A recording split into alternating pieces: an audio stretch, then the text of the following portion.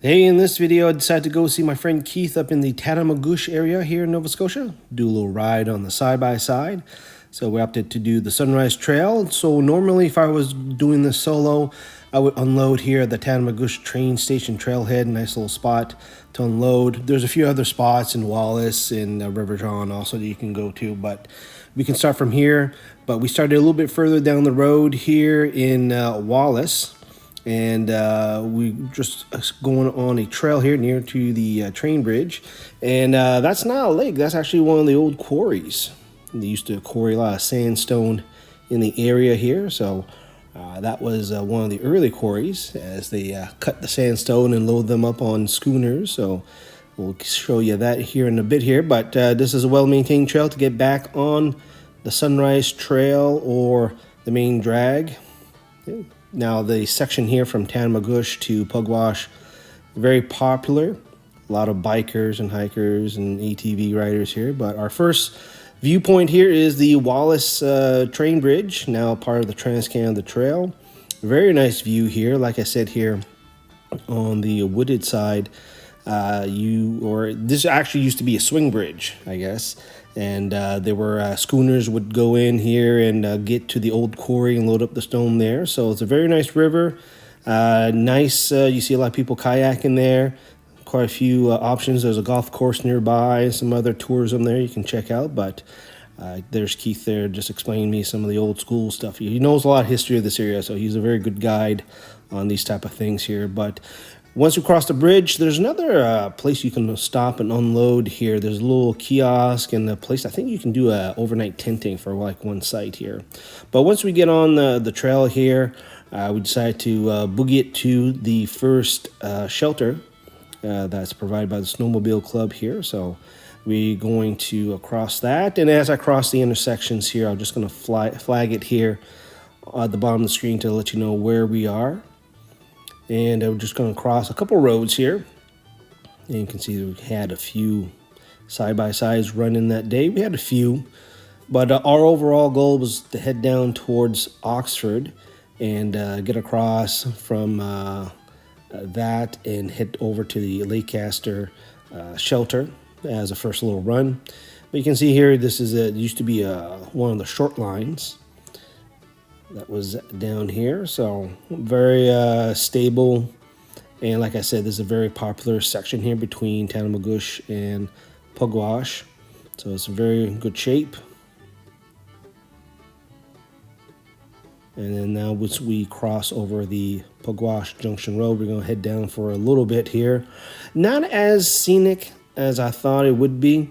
There's some nice forests. Definitely in the fall, definitely want to come back here and take a look at things here.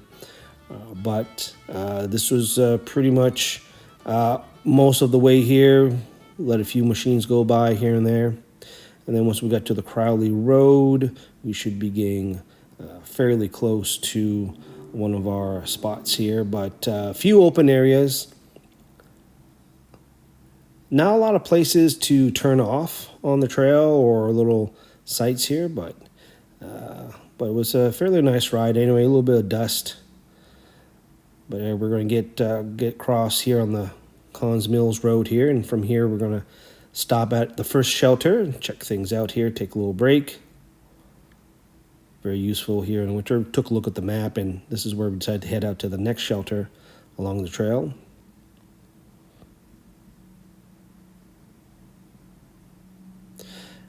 And then once we get across Thompson Road here, this is pretty much a straight line all the way down to Oxford. Lots of signage along the way, so we did a couple stops here and there to take a look at where we're at and where we're following, going down parallel. And then we're going to... this one here wasn't too bad in terms of views, but same thing. Not a lot of nice open views, a lot of trees. Not a lot of spots to pull off and such, but... Anyway, we proceeded down here. We're getting close to Oxford. There is another unloading spot here once we get past one of the streets right here. There's a spot and a kiosk. And then we're going to follow the old station road, and we're going to get close to the 104 highway. You can see we have the new pedestrian bridge or bridge And then you got the side trail that goes up to the Irving, Tim Hortons, and Subway to refuel. And then we're going to go underneath the overpass and get to the other side of the trail here. So this is a section here where we ran into probably the most people. But still, once we get past on the old station road, this was pretty nice riding. And had a couple spots here to picnic and stuff. But we're just going to head over here and go underneath the overpass, check out the signage. And then we're going to proceed over to the next step here. So this was pretty interesting here, following around the Black River Road, and then we get cut into the woods here. You can tell there was some recent work done to kind of raise the road bed a little bit or widen things up. And along this stretch here, we ran to a black bear, which on the trail here. So that was one off our bingo card in terms of wildlife. Didn't see too much other than that. But we're going here on a couple of these roads, and then we end up on the Snowmobile Routes, which is well developed up in this part of the province. Had a lot of fun riding these. And then we'll eventually get on, I think we get on an Irving logging road here.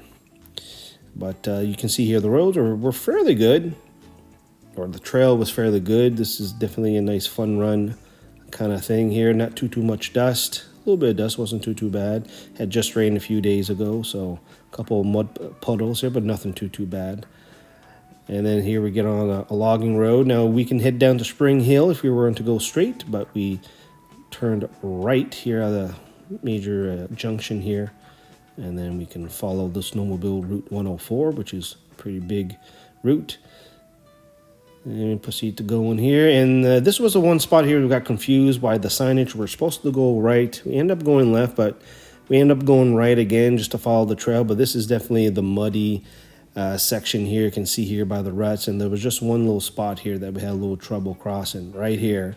That was probably the worst bit of it here, but it's a little bit drier, should be fine. Winter shouldn't be a problem. So we just crossed Route 204 to the Leicester Shelter Trail. We got the shelters, but we came up here to this little cut.